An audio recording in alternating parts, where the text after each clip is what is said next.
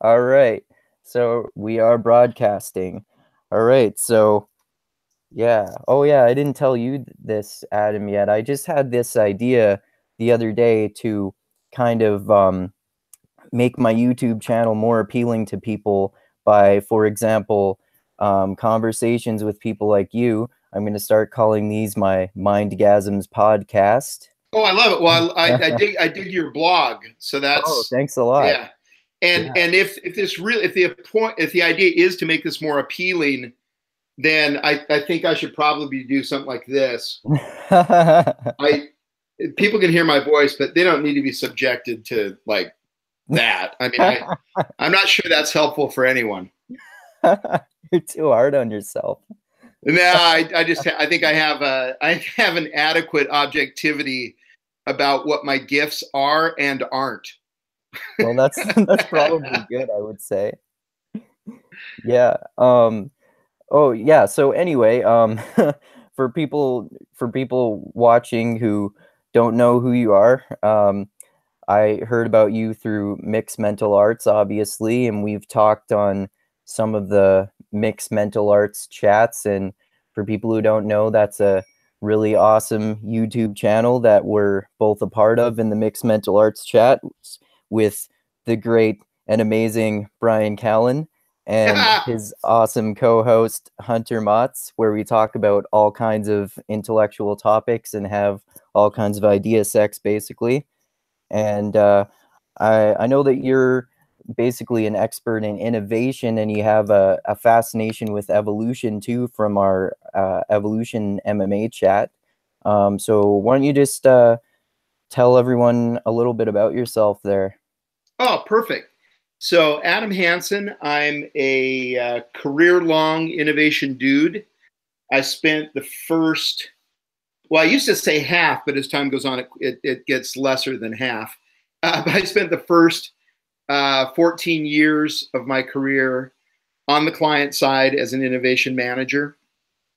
And then the last 16 years now, I've been with an innovation consulting firm called Ideas to Go.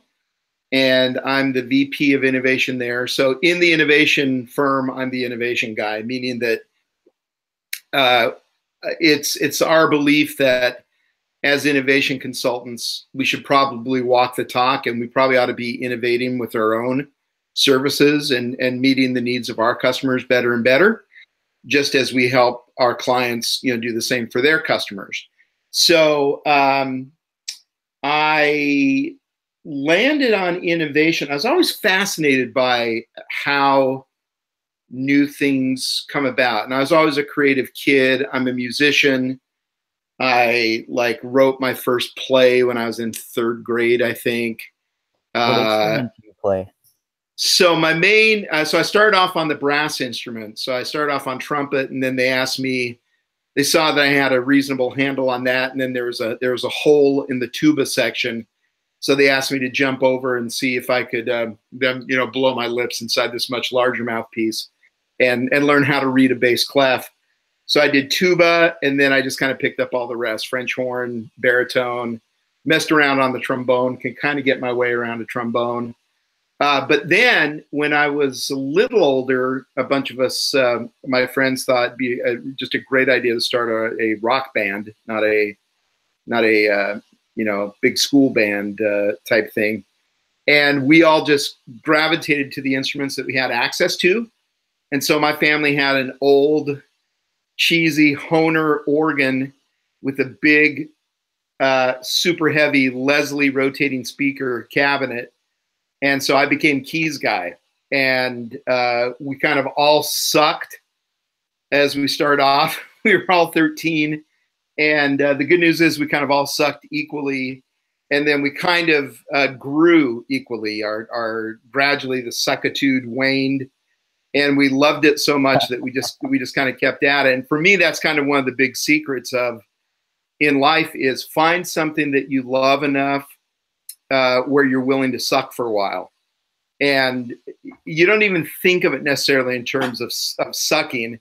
At least I didn't. And maybe that's just because I wasn't all that self-aware.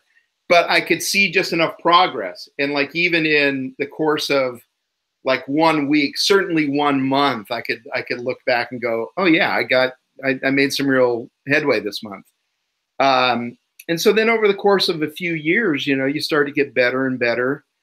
And so now I've been in a band, one band or another, for most of the last, you know, 42 years. And so started on keys, but then picked up guitar, bass, and drums as well. And so we have everything down in our basement. I soundproofed our basement so we could go down there and thrash and, you know, record if necessary and all that good stuff. So it's fun. Oh, wow, that's cool. I bet that's fun. How about you? Do you play? I've still pretty much so far, my musical experience just involves like dabbling in kind of beginning to learn to play the guitar. Yeah. I learned to play the basic chords, and then I was just starting to learn to play one of those really basic Beatles songs. I don't remember which one it was right now, but you know, they've got really simple chord progressions. But then I just kind of basically kind of ended up just, I guess, getting lazy about practicing, and I kind of unintentionally gave up on it for a while. Well, you're a young man. You can always come back to it. And really, for me, I mean, having other people around you, you know, pursuing it together. I mean, even before the idea of this, you know, so well known now of accountability buddies and everything. I mean, that principle has always been true. And when you're doing something as a joint project, sometimes that would get you, that would keep you and, you know, going, even when you maybe personally might not have had the the desire really to stick with it. And so I wanted to make sure that I, you know, just always sucked a little bit less.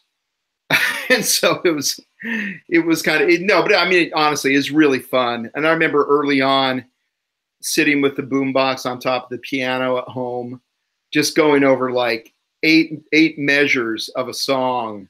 And this is back in the day, Andrew. There's these things called cassette tapes. And that's what we did. I do remember those. I'm not quite that young. You may have heard about it in your pop history class, but no, I kid the kids. Anyhow, no, but so it's been great. And I mean, the tools we have now, you know, here on my Mac, you know, with GarageBand and everything, there's so bloody much I can do just on this computer itself. And that's really fun. And in a way that isn't, that doesn't sound like, you know, computer generated music. Yeah.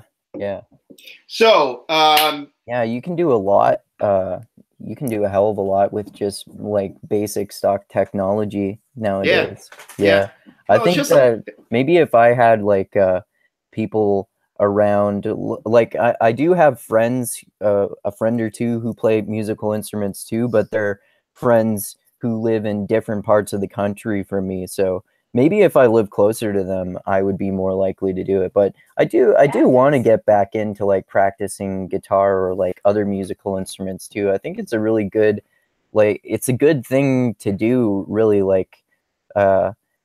and part of it is that it seems like a lot of smart people throughout history, like Einstein, for example, really thought it was important to play musical instruments, and like a lot of ancient Greek philosophers, like Plato and Socrates, thought that pursuing an art like poetry or music was really important too, right? And well, I think it's I mean, it's kind of back to the kind of the classic of the classic idea of what an educated person is all about.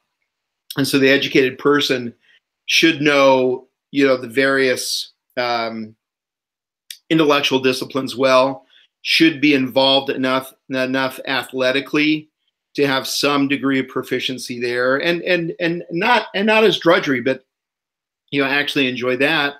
And then in some way have some sort of expressive outlet, be that, music or visual art or whatever.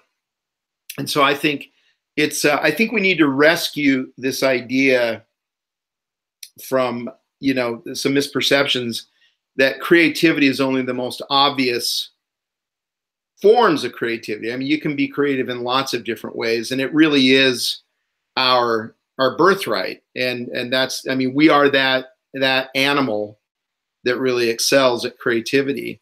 And so it's just important. I think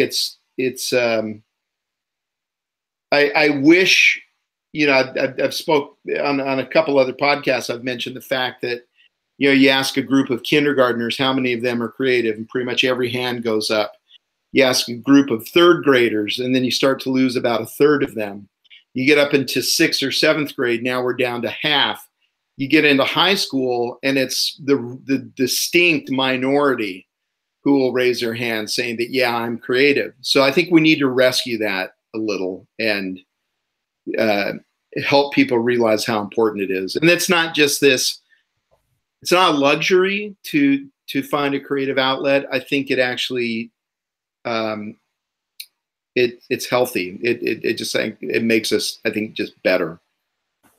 Yeah, yeah, I totally agree with you. Oh yeah, I totally identify with everything you just said, because in like throughout school, basically, like my entire time through elementary school and high school and the little bit of post-secondary education that I've pursued so far, other than last year when I went back to school, the other 99.9% of my time in school, I basically just felt like a dumb kid. Oh, But then like later on, and especially since I've learned more about it as an adult from people like Hunter Motz about how like learning and feeling smart, and smart is a feeling, right? yeah, yeah, So yeah. like, I didn't feel smart throughout school, partially because like when I was a kid, I was diagnosed with learning disabilities. So I mean some of them might have been overblown. I don't know. Some people obviously have ADD and ADHD, but obviously there's a lot of over diagnosis of it too. Um, Yeah. I was like basically my parents took me to like several child psychologists, and they confirmed that I had ADD.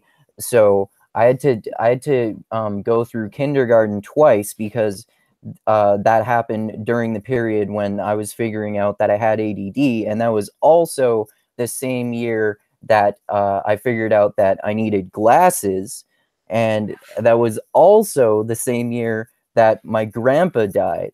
So there are all these Oh, factors that made yeah. me start off at kindergarten seeing myself as dumb, even though I have like the best parents in the world, and they've been Oh, nothing but sure. supportive to me throughout Yeah. all of school. Like it's nothing from them. They definitely, I would say, raised my brother and I in the right, what I would say is the right way, in terms of like encouraging personal development. And one thing that my brother and I both benefited greatly from in our upbringing is the value of like finding a passion and pursuing your passion and creativity. Yeah. Because like eventually I figured out when I was an adult that, you know what, I want to be a creative person with my career. I want to do creative writing. I'm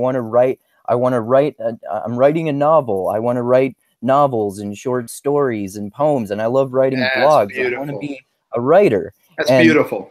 I never really put that much effort. Sorry, I'm getting like really autobiographical right now. No, this is good, man. I love this. This is really interesting to me, Okay. and I'm really I'm identifying with a lot of Okay. this. So this is great. Yeah. So oh, what was I saying? So writing, Uh, you love oh yeah, creating. yeah. So like I'm pursuing that. And then also, like throughout school, I always felt like my brother was smarter than me. But also, like when I was a kid, another thing I figured out when I was an adult is that I just there wasn't anything that captivated my interest, because a few years after high school, I got I started actually like getting rid of this mindset that learning is dumb and learning is for losers or something like that. And I actually started getting interested in learning about things. And Yeah, then it that's right. just fucking catapulted from there. That's it. And now I'm like obsessed with learning, and I don't feel like I'm dumb anymore. I don't feel like I'm a Isn't that stupid great? genius, Well, but that's yeah, for sure. yeah.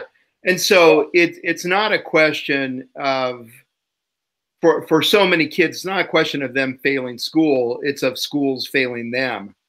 And I don't remember how old I was when I first heard this. I think I just always heard it and I always identified it, but it's the idea of, um, education is so important that you should never let school get in the way of it, and I think learning is just so important. I really want to, um, maintain my health and everything so that I can learn something meaningful the week that I die.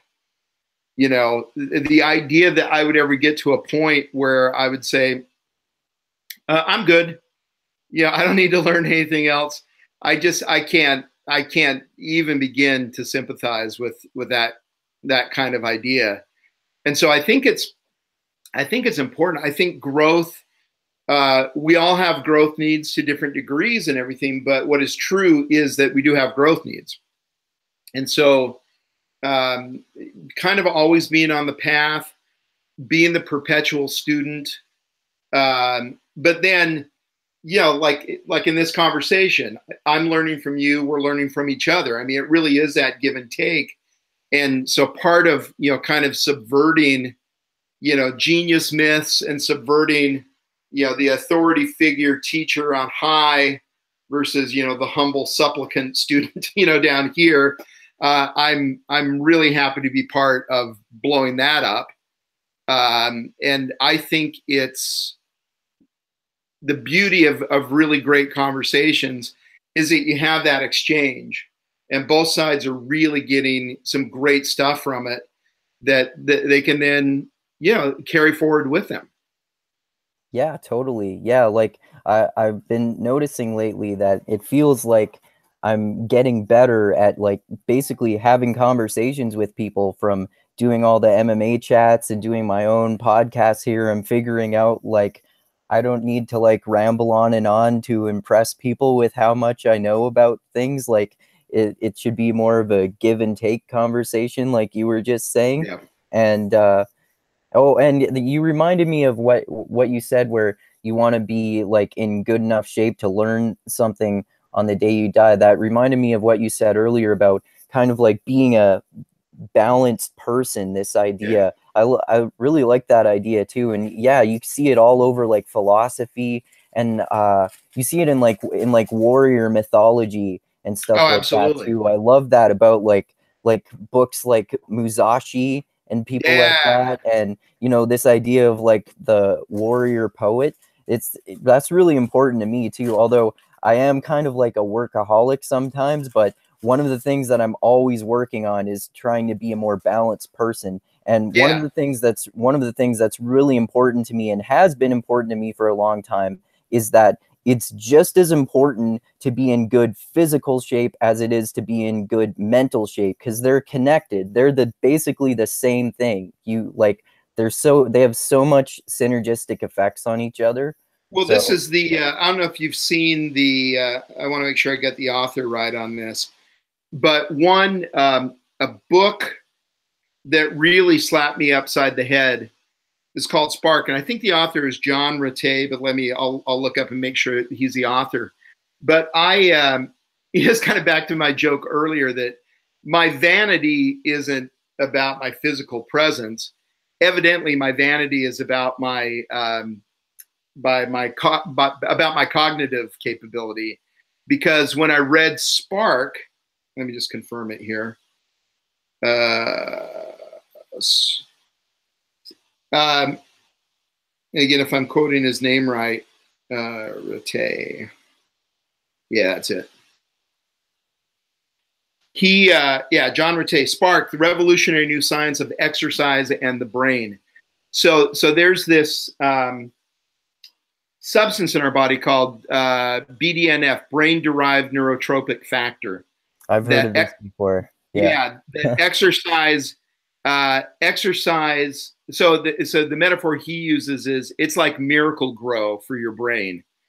And one of the best ways of boosting BDNF is exercise. And so that's what, I'm still a large guy. I was even larger until I got that message. And I thought, well, hell, I'm not going to, who knows what, kind of genetic, bouillabaisse I'm dealing with anyhow.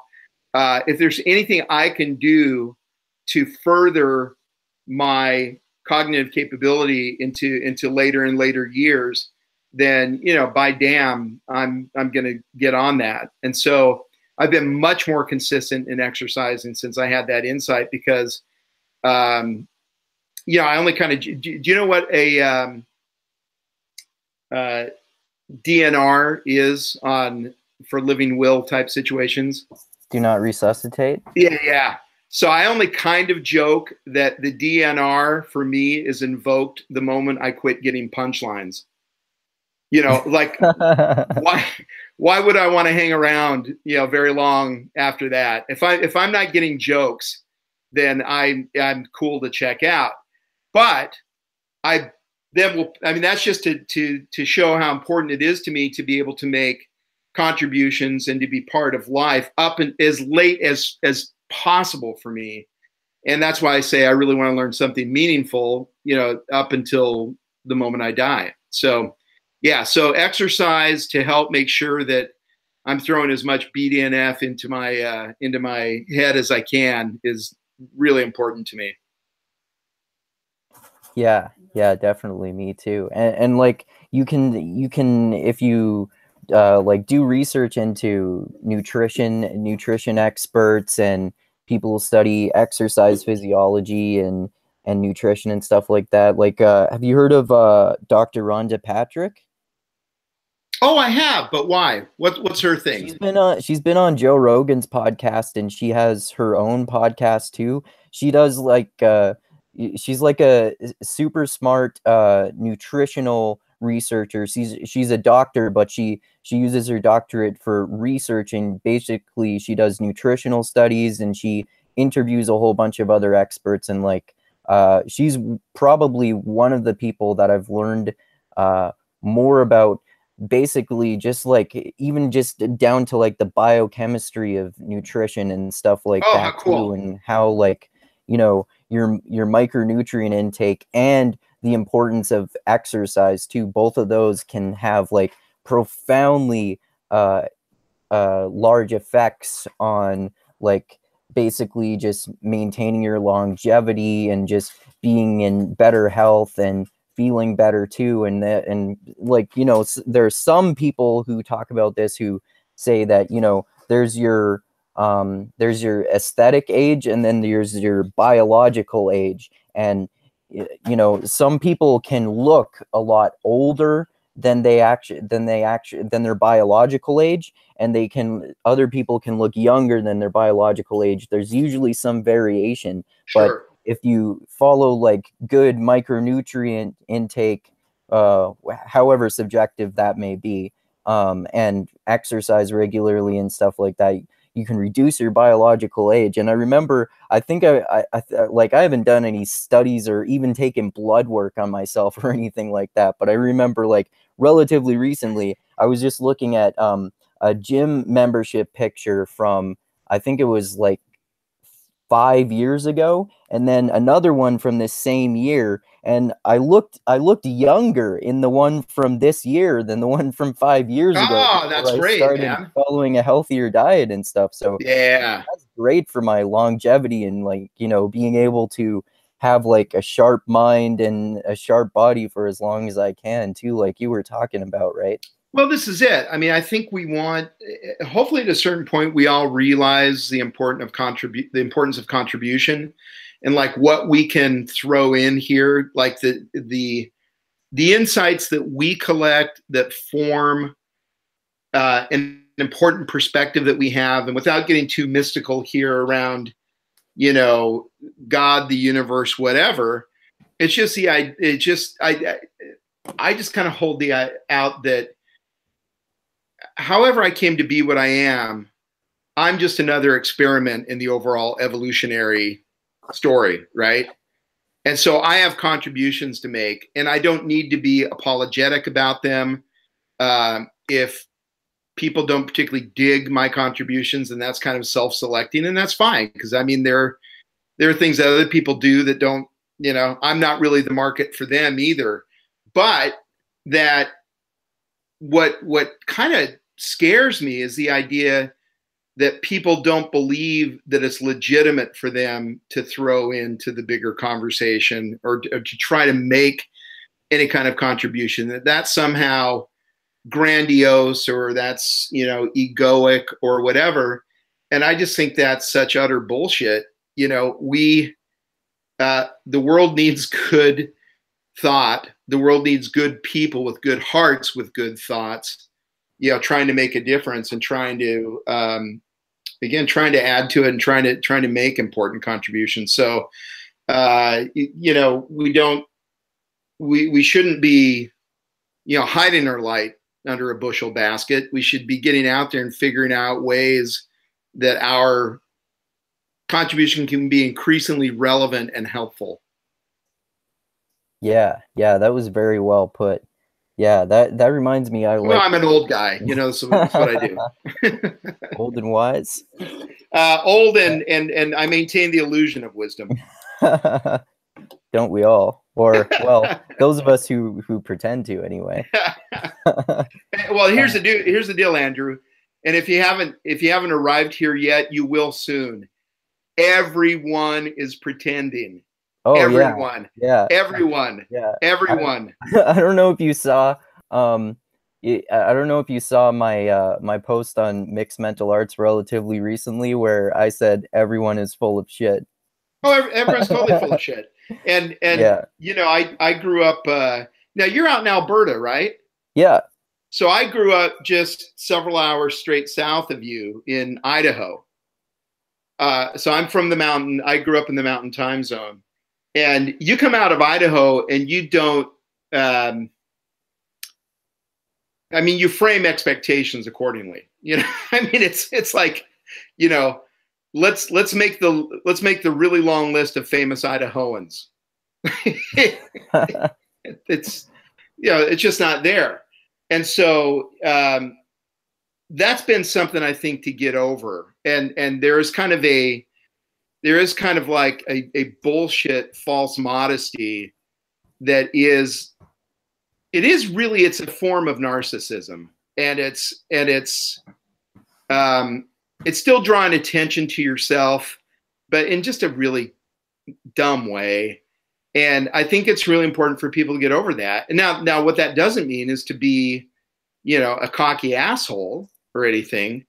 But don't, I mean, there's got to be some reason why you're here. There's got to be some reason why you've had the string of experiences that you've had, why you have the point of view that you have, why this experiment called you is being run by the universe.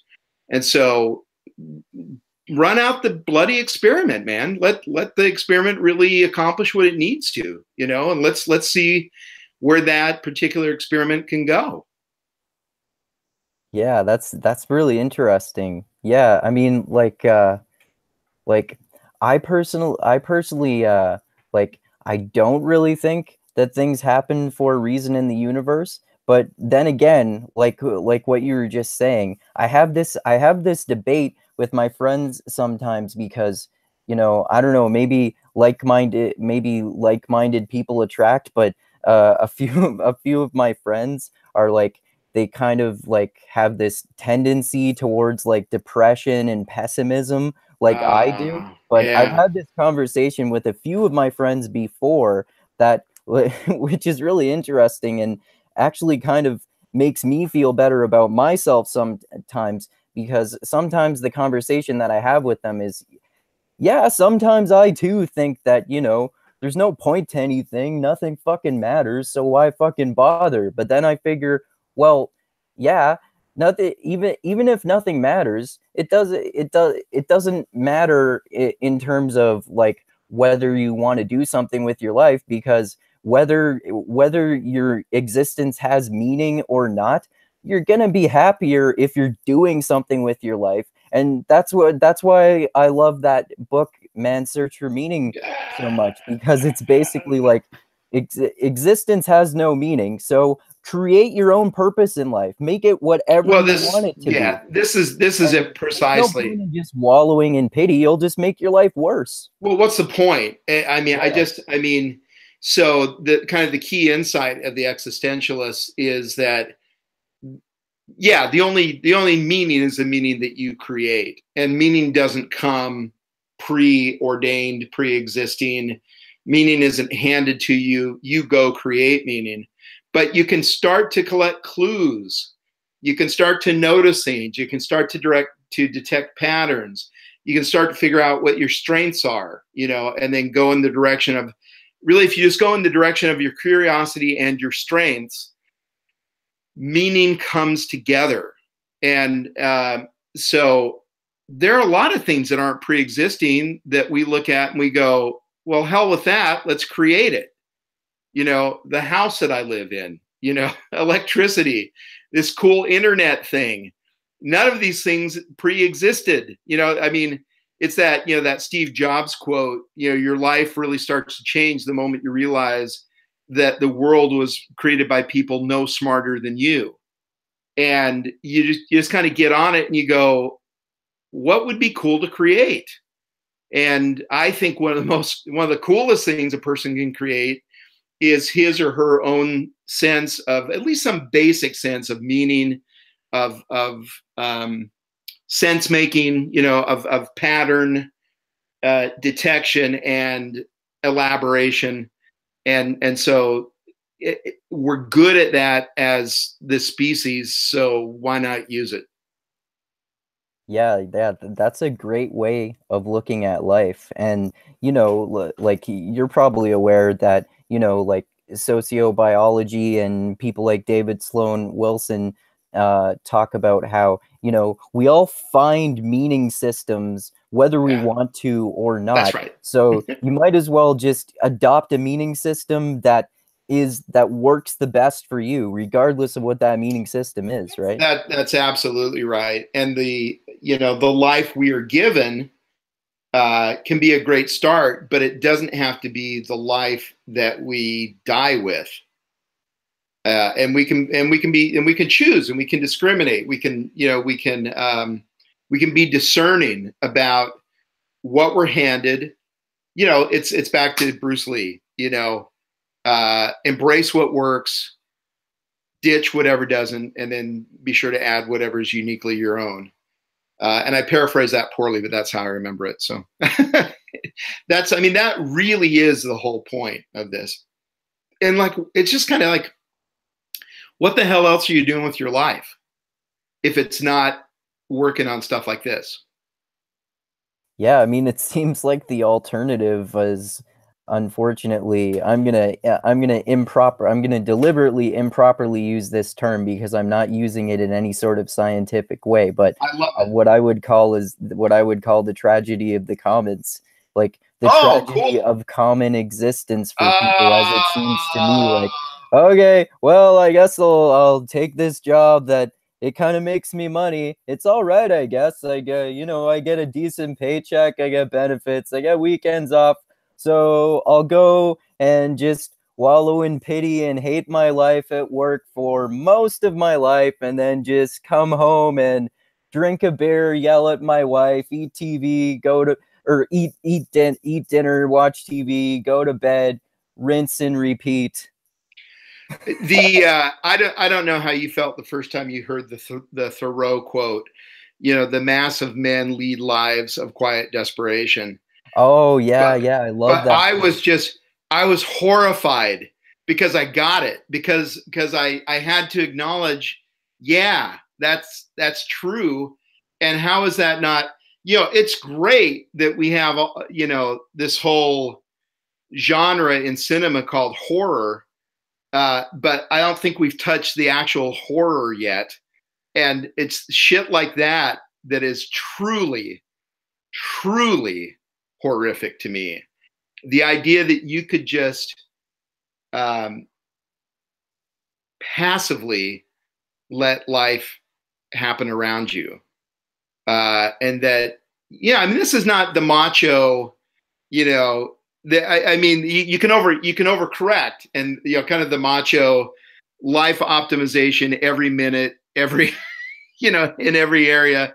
Um, I've definitely been there before. well, I mean, I get it, and I want to optimize my life too. But part of optimizing my life is not being so preoccupied with optimizing my life that I fail to live my life. Exactly. I've Uh, had to learn and relearn that lesson over and over yeah. again. So again, I mean, the golden mean. I mean, we go back to the ancients, but not all of the stuff from the ancients is great. We've certainly taken some ground on some key ethical areas that they didn't quite grok, but there are some things that they had that we ought to consider. We ought to be a little more reflective, and things like the golden mean. I think, I mean, that just kind of passes the experience test for me. Yeah, yeah, I love the idea of the gold mean. I love that you use the word grok too. Oh yeah, yeah. Well, Yeah. Heinlein was that was Heinlein, right? Yeah, Yeah. yeah, Yeah. yeah. Heinlein was a very interesting cat. Yeah. Very much a man, I think, out of his time. Yeah. Oh yeah, And I love Stranger in a Strange Land. My friend right, recommended it to me and it's so fascinating. yeah, Yeah. absolutely. I So I read mean that this other one this other one too. I think I've read a couple of his other books and I have a couple that I haven't read yet. There's one that I was gonna read soon called The Number of the Beast. Have you read that one? no. Okay. There's I also think growing up in a traditional religious environment, I think that probably would have been banned, and I probably still have some weird reflexive thing about you know. Oh, okay. We should No, talk a little no, bit more about we should I'm talk just a little bit more about your traditional Christian upbringing. I'd like to hear about that. I'm But just kidding. okay. But No, I mean we there's could. also this other Robert A. Heinlein book that I've read. I don't remember what it was called, but it's this collection. It's this really long collection of science fiction stories, and it's really fascinating because there are parts where it kind of drags and gets a little bit slow, but in the end, you figure out that actually all of these shorter science fiction stories were connected at the end of like the last handful or so of stories. Oh, They all kind of come together, and you figure out all the connections between things that don't seem connected at all. It was so awesome. that's crazy. Yeah. Oh, that's really cool. That sounds very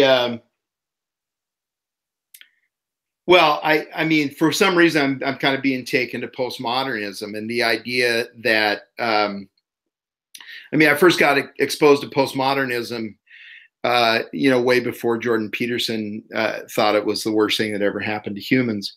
And even though, so Jordan Peterson is from how far away from where you live? Oh yeah, he's from He's from Alberta. I think he's from I'm pretty sure I've heard him say before that he grew up in Grand Prairie, which is I'm pretty sure that's a town that's only like maybe 5 hours or so away from here, like roughly the same Yeah, distance as Edmonton from here, maybe even closer. So yeah. yeah, pretty close to me. I keep forgetting how big the provinces are the further you go west. That's massive. Yeah. I'm in New Jersey, which is take you can traverse east west in under an hour, Oh wow. and north to south is probably, I don't know, maybe 3 hours, and that's about it. But I'm Oh back wow. here, back east, where my home county in Idaho was bigger than the state of Rhode Island. But anyhow, so Oh anyhow, wow. I this didn't notion. realize Rhode Island was so small. Wow. Oh, Rhode Island is the smallest state. It's Oh, it's okay. uh, Rhode Island. I don't know for sure, but Rhode Island, I would guess, is about one. It's probably even less than one quarter the size of New Jersey. I mean, it's super small. Um, Oh, okay. but anyhow, so postmodernism for me, I first encountered it as an artistic movement, and I think my first real exposure to it as a concept was like in architecture, where you had guys like Philip Johnson borrowing motifs from previous schools of architecture and combining them in really interesting ways. And so, I remember the first time I ever heard the song "Loser" by Beck, and I just thought, he's got a slide guitar, he's got a hip hop beat, he's got all those things going on. Later on he did. This is a song "Sex Laws" that has this very much this R&B, this old school R&B thing, and there's a break where a banjo comes in, and he's gonna go. See, I love that kind of stuff. I love the really interesting, thoughtful combination of kind of disparate elements like that. And so anyhow, I don't know where I was going with this, but to me, there still are some real benefits to the postmodern impulse in that kind of regard. Yeah, I'm glad that you brought up postmodernism. That's like one of my favorite topics lately, to the point there. Uh, I think I was asking Isaiah uh, from Mixed Mental Arts, for people who don't know, if he wants to talk to me about that sometime soon. And he said, "Oh, dude, it's so boring. People never shut up about it now." Well, I mean, there's a Yeah, reason. There's a but reason, and it can be fairly polarizing. yeah, I think. I mean, I don't always. I mean, I often try to understand the perspective from both sides on a heated topic, because I do think largely the truth is somewhere in the middle. But there's also the fallacy of just kind of always trying to split the difference. And no, it's what one side isn't necessarily always as helpful. And for me, it's increasingly about what's helpful, what's adaptive, and notions of right and wrong. I just kind of go, make your stance on being right. If you're right and that isn't helpful, then like who gives a damn, right? So for yeah, postmodernism, for me, it is kind of artistically, it's really interesting. The idea of with Leotard, kind of question all meta narratives, at least understand them. Like, how did they come about? Whose interest did they serve? Again, it's ultimately it really is about, is it adaptive? Is it fit for the conditions that you meet? Is it a helpful tool? Use it when it is, don't use it when it isn't. And the idea that you would only have one small toolkit is, well, that's just kind of betraying our species, man. That's not what we do. We've got a big ass toolkit, man. yeah, exactly. Yeah, that's pretty much exactly the way that I think about it too. Yeah, I also, well, I at first heard about postmodernism from Jordan Peterson, like a lot of people did. And then I happened to read an article on the MMA website that James Sullivan wrote. Oh And yeah, he was, yeah. Well, yeah, that one I where miss him. We got to get him back, man. yeah, I dig. I actually invited him to talk on my YouTube channel anytime he wants, but I think he's got a lot of stuff going on right now. Yeah, yeah. Um, But he's but thoughtful. I really like how he thinks. yeah, me too. And actually, what I was just about to say is that so I read his article called Jordan Peterson doesn't understand postmodernism or something like that. And I thought it was really interesting because I kind of just bought what Jordan Peterson was saying about it without even questioning it or doing any research. So I read that article and I asked James Sullivan some questions about it, and then we ended up having like a really long email exchange about it. And so he kind of like piqued my interest because I was still like really opposed to the idea. I think so. I think now looking back on it, some of it is that I still have aspects of my personality within me from when I used to be a militant atheist and like praise rationalism. So it's like it like set off alarm bells because it doesn't sound Yeah, rational. yeah, But so James Sullivan piqued my interest, and then I started like actually reading some of the postmodernist texts. Like he sent me a few articles by Foucault and Derrida, and we did like I did like critical analyses of them and like asked him a whole bunch of really detailed questions, and we had really interesting conversations about it. And I read some of the original texts, like Foucault, like Madness and Civilization, I think it's called, yeah, and yeah. it was just so fascinating. And what helped me understand it more than anything else, even more than reading Foucault, but I do want to read a lot more about postmodernism, of course, is hearing and seeing Thaddeus Russell talk about it. The Oh, yeah, way yeah. he talks about it is so awesome. And it's why I'm like obsessed with it now. And I'm like always talking like a postmodernist to people. Well, And so did you? I'm actually gonna get to talk to him sometime soon. Also, he said we were gonna talk, and Oh, he's that's been awesome. recommending other books by Foucault for me to read too. So Yeah. yeah. So you heard his episode with Nick Gillespie of Reason Magazine? Oh, that's one that I haven't heard yet. No. Yeah, you should really listen to that. And that's their discussion of postmodernism in that episode. I, I I mean, right at the moment, I don't remember anything that I would disagree with. And it is just this notion that just because we say the jury's not entirely in, or that it's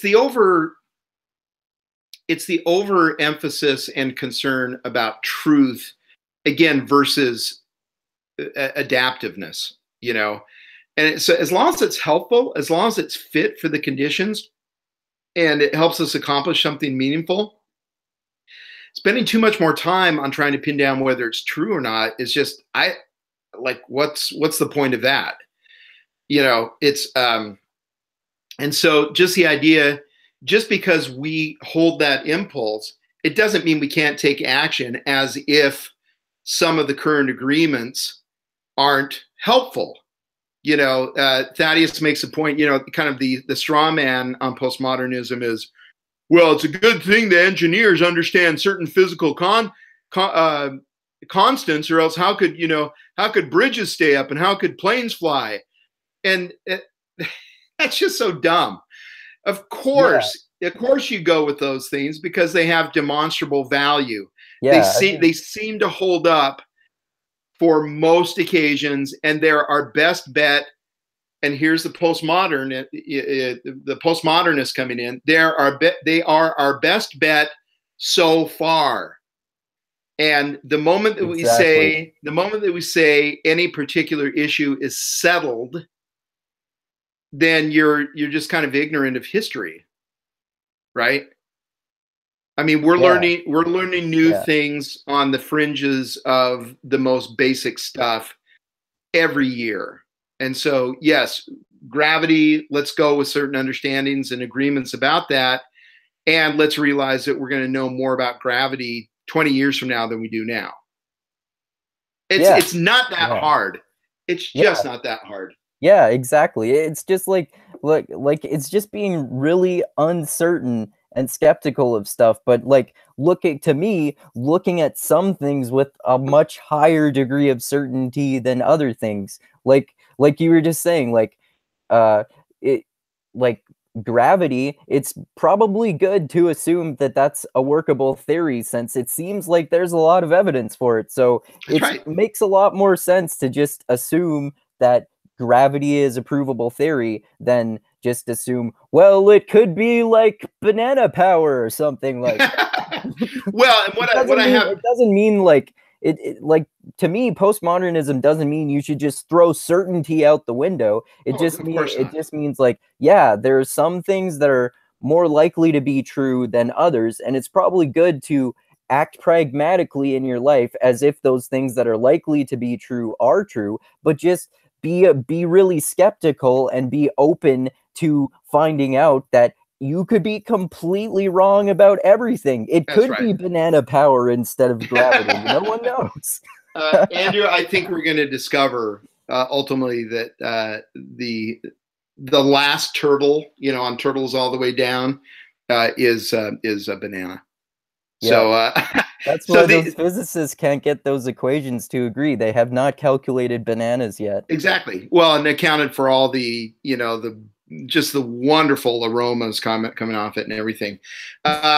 So yeah, so let's just accept some of this stuff. No one has shown me yet the marginalizing power structure behind this gravity thing that somehow advantages a certain group at the expense of others.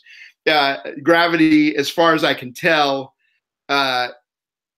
all can equally benefit from an understanding of it. It's not, there's no thumb on the scale, I don't think, for gravity. Although that'd be funny because the thumb on the scale, indicates weight. But yeah, and so it's just, again, it's taken all of these things.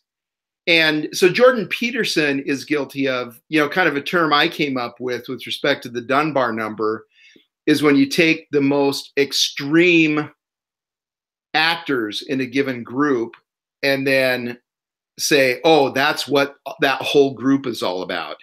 And I call the it, more I learn, the more I see people doing that all over the yeah. place. And so I call it, it's not a Dunbar thing, I call it dumbarring, because you're applying Dunbar in a really dumb way. That's a really great term. And you just, but we do it. We all do it, until someone points out and says, yeah, that's just not smart. So it's so many of the things that come up, that we talk about in mixed mental arts and everything are things that most of us have been guilty of at one point or another. And so, look, we're all in this together. Let's just kind of link arms and help each other out and try to march forward, supportively and not judgmentally. And again, it's the great Atul Gawande quote that Hunter likes to quote about. Yeah, the scientific mind is experimental, not litigious. And let's just, a great fucking quote. Isn't that great? I try to have that kind of experimental mindset as often as possible. Well, I think it's just a more interesting way to lead life. For sure. Yeah. I had a good conversation with Sean McCoy on his show, and we kind of both got to this idea that at a certain point, you're going to be less interested in being right, and you're going to be much more interested in being effective. And this argument about being right, it's just such a damn sideshow. It's such a distraction. It keeps so much good work from moving forward because people are, just having these stupid dick measuring contests, and it's just like, oh God, it's so boring. It's just so boring. I think that lately I've been starting to make some progress in fighting my egotistical tendencies and just being like, okay, it doesn't matter if I'm right or wrong, whatever works. That's because it's a way better mindset to have. At least it's more effective for, helping you enjoy life more, basically. Well, and I think it's just, you can still be competitive, but you need to redefine what the win is. And the win is not crushing someone. The win is in getting to a better place, and if you can help others do that as well, then your win is multiplied. Yeah, totally.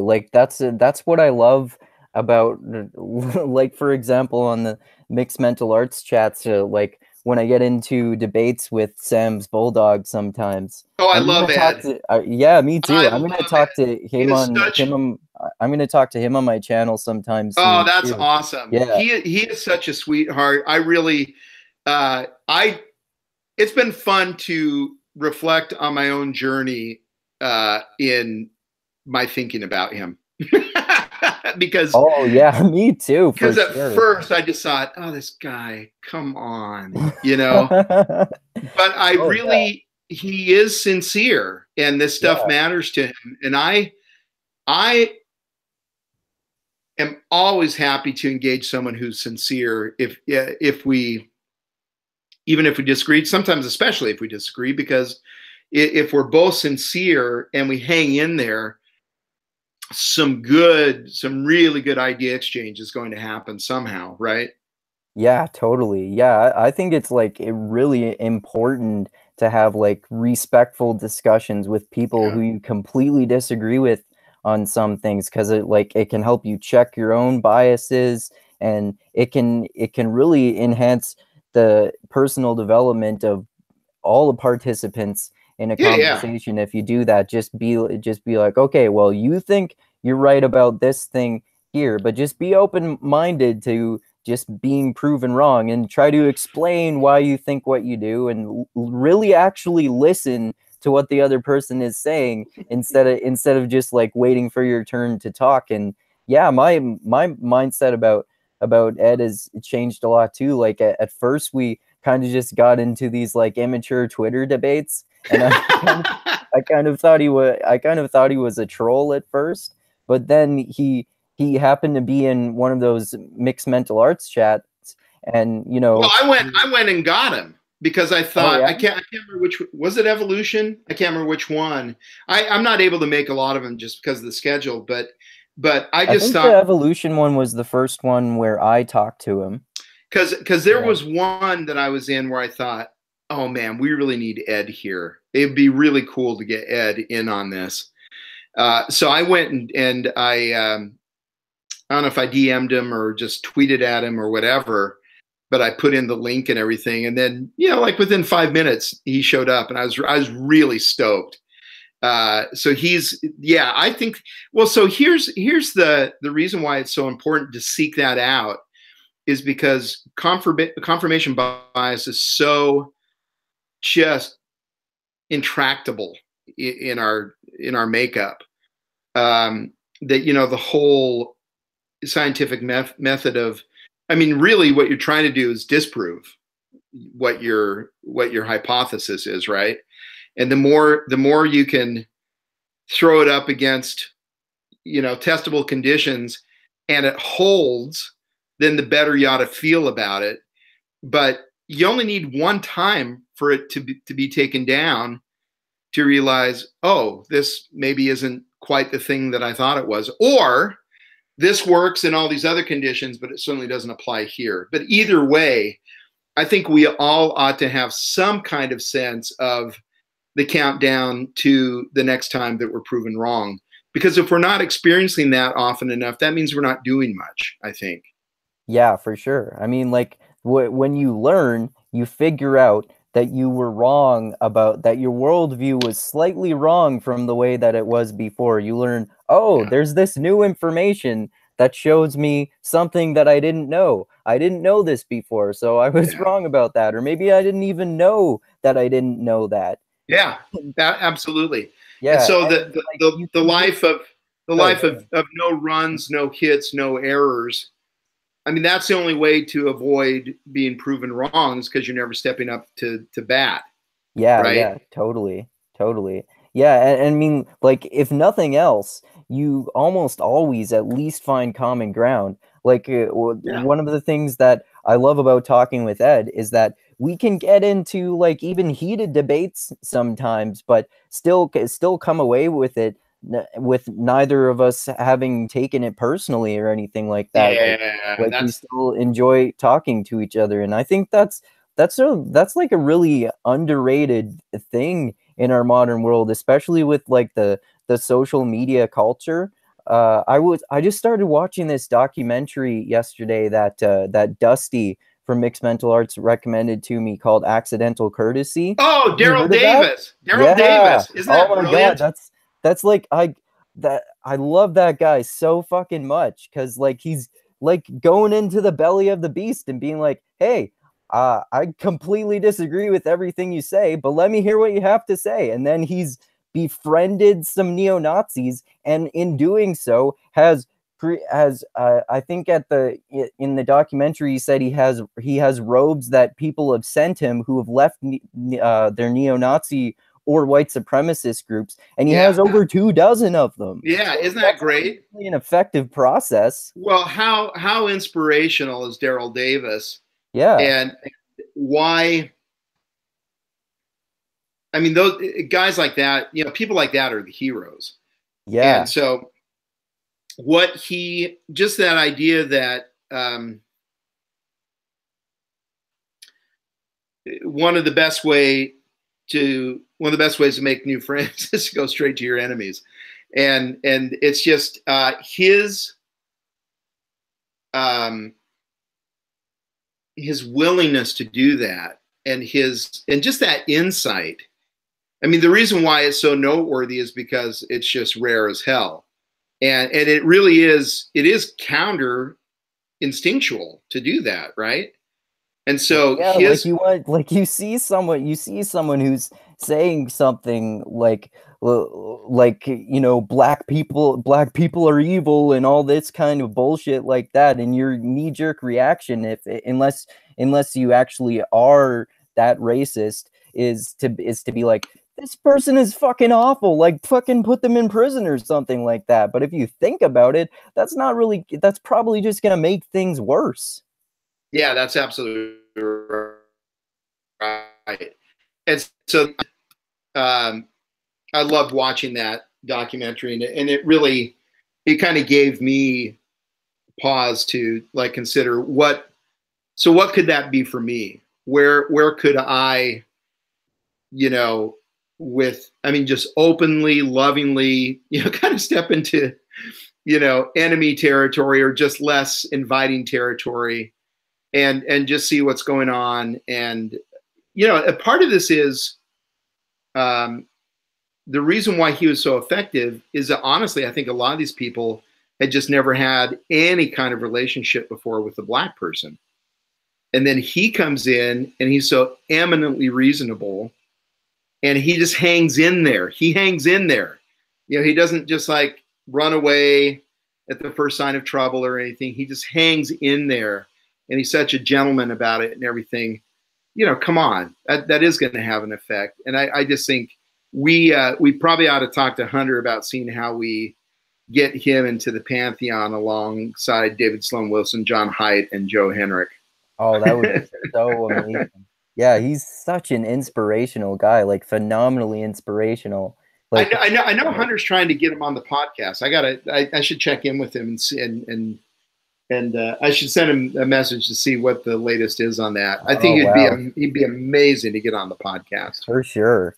Yeah, I think like a little while ago, before I heard about Daryl Davis, actually, I kind of went about doing a similar thing, but probably in like completely the wrong way, and not anything anywhere near as extreme or impressive at all either. I just like I just basically just got pissed off by all these people on Twitter and social media saying things like punch Nazis, kill Nazis, get all the Nazis out of the country. Because I just, and this was probably a mistake, but I provoked the extremists, and I said like, you really think like spreading violence and hatred against Nazis is going to solve the problem of Nazis? It seems like it's just going to make them more defensive and angry because they're gonna see people spreading all this shit about them. Like,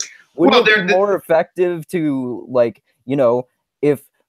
if Nazis are around, like, why do you want to spread that shit all over the news? Why not just ignore them? Like, give them a that's it. platform, That's it. give them a platform so they can say what they want to say, and then other people can come up and like explain it.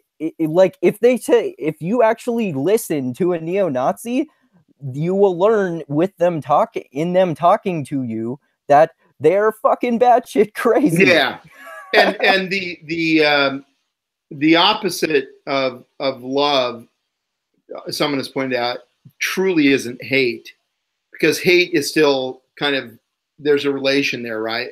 The opposite of love truly is apathy and inattention. and just giving them either go and do the Daryl Davis thing and try to love them as much as possible, as hard as that might be. But we know doing hard things can be a good thing, or it's just entirely ignoring them and just like not helping them out in any way. And particularly a group like that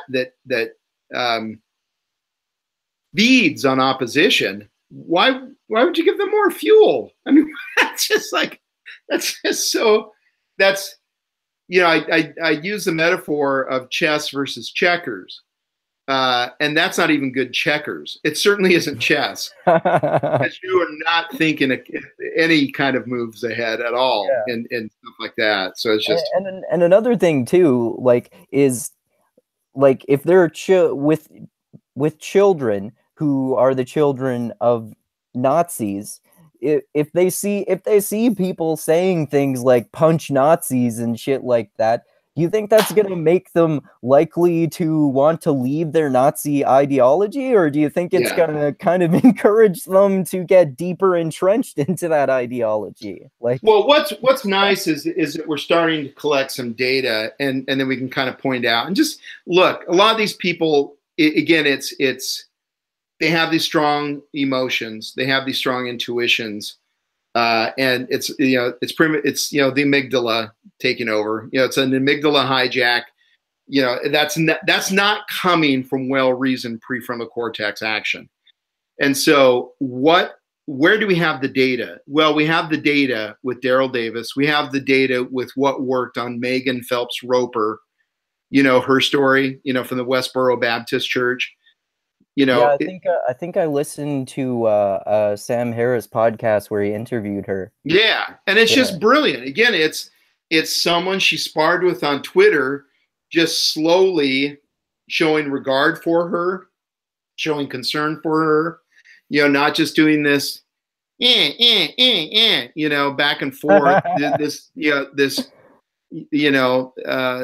ping pong of morons, and it's and that's it. So let's just start assembling all the data points to show how that's actually done, and punching them ain't it. It feels so good, and just even to express it, it just feels so righteous, and it's all kinds of just warm. Oh, I'm so virtuous because I'm encouraging punching Nazis. And just exactly. It's about feeding your ego, right? It totally is feeding your ego. It's like, look at those terrible people over there. Aren't they so awful and evil? I am so great because I think they're awful and evil. I'm gonna tear my rotator cuff patting my own back. Yeah, but again, they don't know any better.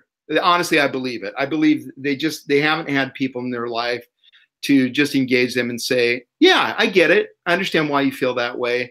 There's a really great book that I'm reading now it is actually called The Opposite of Hate, by Sally Cohn. And she talks about her journey. Oh, that author sounds familiar. She's great. She's on CNN quite a bit. And are you familiar with Rachel Maddow? Very mildly so. So on MSNBC here, do you guys get MSNBC? I see. Here's my ignorance now. It's starting to break down.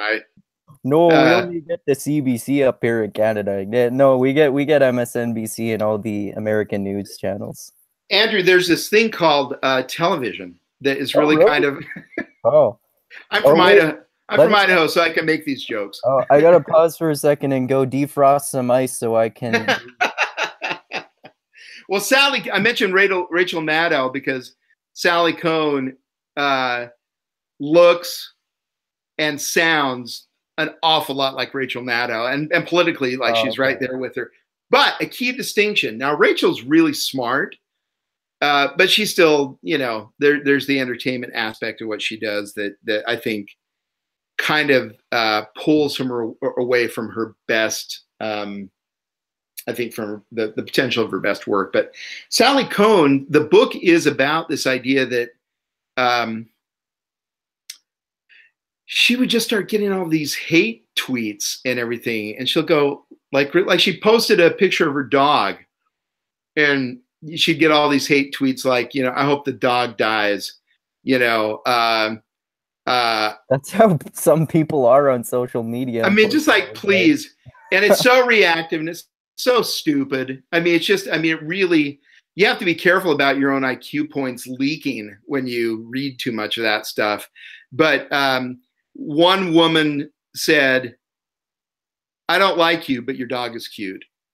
And so, I mean, at least that was kind of, good news, bad news. But she got interested in this notion of what is behind some of this hate. So she actually connected with some of her worst haters just to talk to them, just because, like as a journalist. Oh, that's so awesome. And it's really cool. And she talks about the technique of the better approach. She calls the acronym is ABC. And so it's first thing you do is find where you can agree. So get that out first. I agree with you on this. That's really important. You state it well. You're bringing some great attention to that particular point. Then B is bridging. The good news is there are some other considerations here as well that maybe can help us with that. And then C, once you've agreed and then you bridge, then C, only then can you even start to entertain the notion of convincing. So agree, bridge, convince. That's a much better way to argue with someone than the way most people probably do it. Absolutely. Well, the moment you agree with someone, I mean, it's got to be sincere. It's not just, it's not just games. Yeah. And insincerity will be sniffed out, I think, rather quickly. But if you can find that part that you can agree with and spend some time on that and kind of build that with them. And then the next step is the bridging, which is then starting to say, and here, some additional data, another perspective that could be helpful, whatever. And then, and only then, finally, then consider what you can do to convince them. And even the convincing doesn't have to be a 180. Maybe you're just pulling them away from their trajectory by 45%, or 45 degrees or something, So that's it's a great book, and I really enjoy her. And the audiobook is awesome. And I was just listening to it the other day when I put a few miles on my walk. Cool. Yeah, I just added that to my to-read list. All right, brother. Yeah. Hey, this is I would love to connect again at some point when you have something you want to discuss. I've got to go here in just a moment, but before we get out of here, is any other anything else you wanted to throw into the mix? No, not really, I guess. Okay. Is there anything else you wanted to talk about? I'm sure there will be once we hang up. But again, that's great. I would love to get on again sometime. And I really appreciate the invitation, Andrew. And I love how you think. I am so impressed. What's so cool about Mixed Mental Arts, about the chats, about just the back and forth and the Facebook group and everything, is that I think there really is kind of an egalitarian approach. And I don't see anyone, or maybe I'm just insensitive, but I'm kind of grandpa there, and I don't see anyone being especially deferential to me. And I dig that. I love that. I don't want that. I don't want any additional wind at my back just because I've got a few more years on me than some of the rest of you. I'm that big deal. Who cares? The thing about experience is some people have 30 years of experience and some people have 1 year of experience repeated 30 times because there's no growth, because there's no reframing. There's no, oh yeah, I was really wrong about that. I'm going to do this now. And so the only thing I can offer, I think, is really quite apart from the fact that I'm old enough to be, everyone's dad, if not grandpa. So. Well, thanks a lot for those compliments, man. I really appreciate it. And yeah, that was very eloquent. And well, I dig the path that you're on, man. It's exciting to me. I love seeing you take this stuff seriously. I mean, that's the thing. Take learning seriously. Never take yourself that seriously. Yeah, that's one thing that I think I might have gotten a little bit better at lately, but that's something I'm always trying to work on in myself too, because Yeah, I just take myself way too seriously sometimes, we and all then I do. realize, dude, just like enjoy life. You're making lots of accomplishments. Enjoy the accomplishments That's while you make them. that's right. Yeah. That's right. And Uh, these are, and again, a lot of these foibles are things that we all have in common. So yeah. we really can't. We really need to approach all these things from seeing ourselves and some of those mistakes and everything, and Yeah. we're alongside each other. No one's out in front. No one's on a higher pedestal. We're all just kind of linking arms and and moving forward together, hopefully. So Yeah. that's what it's all about, man. Yeah, the more I have these awesome conversations with people, the more I understand and deeply ingrain it within myself that we're all a lot more similar than we are different. And this has Oh been hell like yeah! a common theme or even endpoint with a lot of the conversations that I've had recently and so far in my That's channel. exactly Yeah. right. Well, Yeah. and Andrew, this is my experience in my work. I get to travel a fair amount, and so when I'm in Kuala Lumpur and I'm Oh, talking where's that? Malaysia, Oh, okay. yeah. So it's the capital of Malaysia. So I did a project over there, and whenever I go, really, even here in the States, wherever, it doesn't matter. I always try to engage my cab driver or my Uber driver or whatever. Yeah, we're going to spend some time together. Let's have a conversation. Let's figure out what's going on.